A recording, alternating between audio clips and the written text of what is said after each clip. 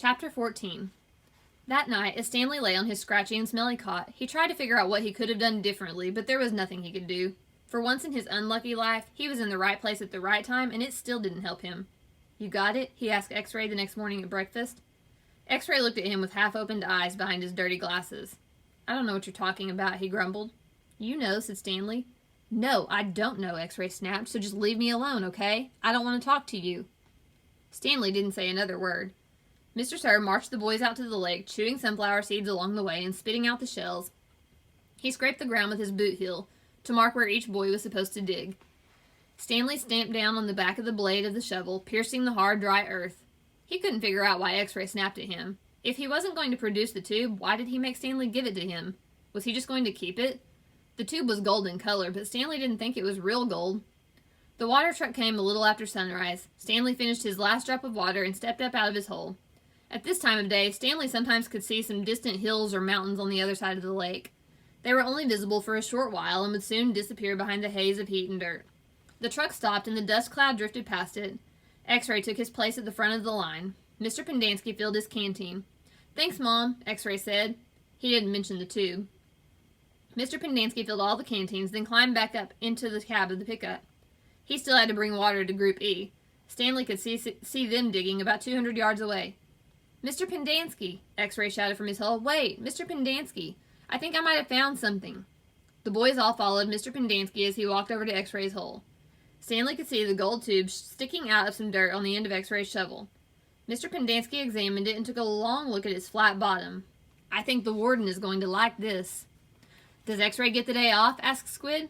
"Just keep digging until someone says otherwise," Mr. Pendanski said. Then he smiled. "But if I were you, Rex, I wouldn't dig too hard." Stanley watched the cloud of dust move across the lake to the cabin beneath the trees. The boys in Group E were just going to have to wait. It didn't take long for the pickup to return. Mr. Pendanski stepped out of the cab. A tall woman with red hair stepped out of the passenger side. She looked even taller than she was, since Stanley was down in his hole. She wore a black cowboy hat and black cowboy boots which were studded with turquoise stones. The sleeves on her shirt were rolled up and her arms were covered with freckles, as was her face. She walked right up to X-Ray. "This where you found it?" "Yes, ma'am." "Your good work will be rewarded." She turned to Mr. Pendanski. "Drive X-Ray back to camp. Let him take a double shower and give him some clean clothes. But first, I want you to fill everyone's canteen." "I just filled them a little while ago," said Mr. Pendanski. The warden stared hard at him. "Excuse me," she said. Her voice was soft. "I had just filled them when Rex—" "Excuse me," the warden said again. "Did I ask you when you last filled them?" "No, but it's just— excuse me." Mr. Pendanski stopped talking. The warden wiggled her finger for him to come to her. "It's hot, and it's only going to get hotter," she said. "Now, these fine boys have been working hard. Don't you think it might be possible that they might have taken a drink since you last filled their canteens?" Mr. Pendanski said nothing. The warden turned to Stanley. "Caveman, will you come here, please?" Stanley was surprised she knew his name. He had never seen her. Until she stepped out of the truck, he didn't even know the warden was a woman. He nervously went toward her. "Mr. Pendanski and I have been having a discussion. Have you taken a drink since Mr. Pendanski last filled your canteen?" Stanley didn't want to cause any trouble for Mr. Pendanski. "I still got plenty left," he said. "Excuse me?" He stopped. "Yeah, I drank some." "Thank you. May I see your canteen, please?" Stanley handed it to her. Her fingernails were painted dark red.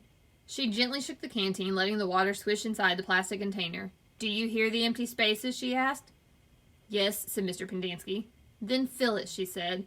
"And the next time I tell you to do something, I expect you to do it without questioning my authority.